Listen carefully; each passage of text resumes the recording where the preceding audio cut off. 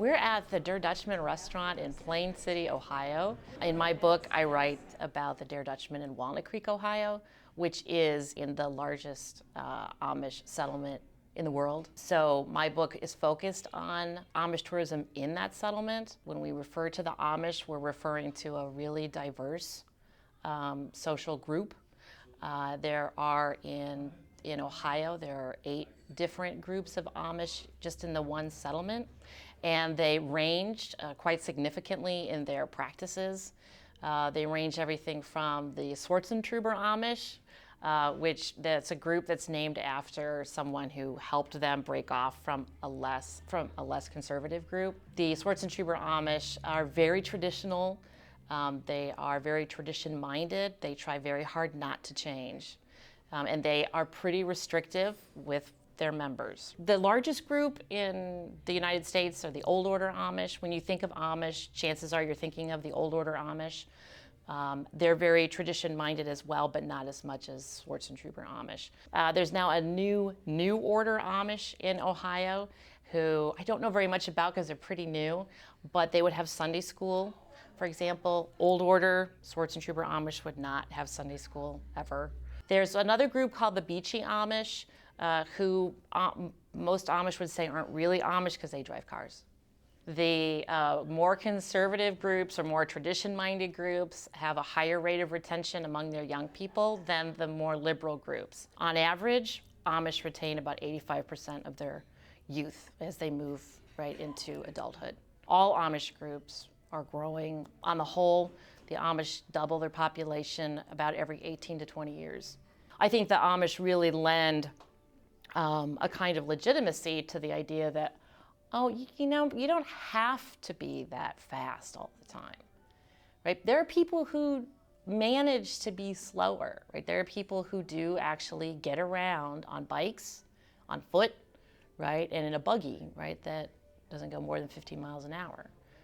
That it's not, I think that a lot of times Americans feel like there's no escape, right, from speed. But the Amish would suggest that there is. And so I think just witnessing, being near the Amish, right, or getting stuck behind a buggy is a very powerful experience. I think, wow, what would it be like to move this slowly? I think that contemporary Americans are experiencing a significant sense of loss or anxiety about things that have gone away. Our relationship to time is so different now than it was even a half century ago, right? And certainly a century ago. Our relationship to technology is so dramatically different than it was, 20 years ago. It's changing so fast. Our understanding of who we are as gendered people has changed a lot in the last 50 years. And so the Amish are this very interesting other for us because they are so tradition-minded, right? They hold on to things over time really well. So they haven't adapted to technology the way that the rest of us have. They haven't sped up the way that we have sped up. I spent a summer in Walnut Creek, Ohio, which is one of the 3 towns I talk about in my book in Holmes County.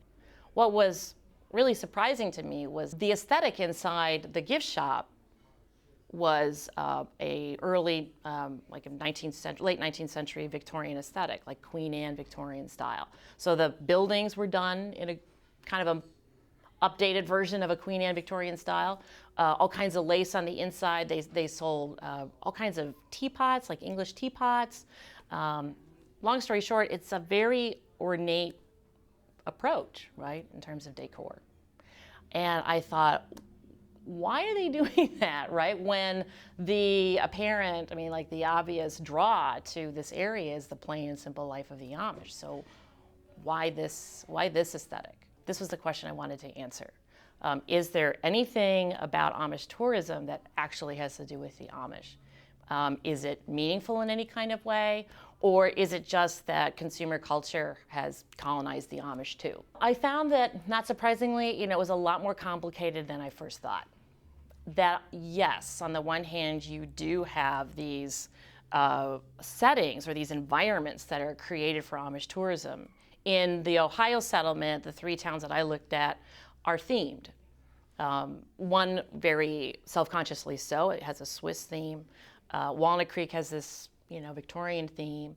And then Berlin, which was the 3rd town I looked at, really has a frontier theme. Okay, and they produce this theme by way of architecture, by way of interior decor, the kind of merchandise they sell, that sort of thing. And so on the face of it, the theme can just seem like, what does that got to do with the Amish, right? The Victorian aesthetic, right? It's Swiss, people, does that really connect with you? Maybe, and then at Frontier, I mean, the Amish aren't pioneers. I don't think of the Amish as pioneers. What's up with that? And then I found like, well, true. But then when you look more closely at what is offered in those towns, I think that there are connections actually. So in this restaurant where we are, one of the connections that I thought was really important was, I mean, in some ways this is obvious, the food, right? So the setting might be Victorian or whatever, right? But the food is both connected to Amish ethnicity, the kind of food that the Amish have liked to cook and eat, right? Like, roasted chicken, mashed potatoes, dressing, chickeny noodles, those things are staples, right, for Amish culture. But I think even more than that, it's that this is, I refer to it, it's not my term, but I borrow it from other folks, this notion of slow food. That the food that visitors encounter at Der Dutchman is slow food. It's food that takes time to produce. And to their credit, Der Dutchman actually still produces the food themselves and not in a thoroughly sort of industrial manner. In the book, I talk about a conversation that I had with some New Order Amish men. We had some friends and I had attended a New Order Amish worship service, and afterwards we had a meal with them, and then we were just sitting outside. It was a beautiful summer day, and I asked them, so what do you think of, what do you think of tourism? And what I expected them to say is, oh, it's so irritating, right? Those tourists, they ask me the dumbest questions, right? I just want to take my picture or whatever, that kind of stuff. And that wasn't their response at all. I was really taken aback. Their response was very sympathetic to the experience of mainstream Americans, that, that they really, feel bad for the way that they have to live this terribly rushed life, and right, they're always in a hurry, and there's a lot of anxiety, and they talked about how fortunate they feel to live this very different life. They also talked about feeling like tourism is an opportunity for them to witness, to provide a Christian witness to the rest of the world. But it's complicated. And of course, it's also, tourism has been huge. The Amish have, in the last 40 years, have got, with Don Crable, who's a famous Amish scholar, talks about it as their industrial revolution. And so what's happened is that because the Amish have reproduced very quickly, their population has grown very quickly, and they live in areas where land is very desirable. They're really good at picking productive farmland, and because of tourism, so there's a lot of pressure on land where they have their larger settlements, which means it's very difficult for their children to purchase farmland. What this has meant is that over the last several decades, it used to be the case that the majority of Amish were farmers, and now it's like 15% or something like that. I mean, it's a dramatic change. So the big question has been, how will they live? How will they support themselves, right, without being farmers?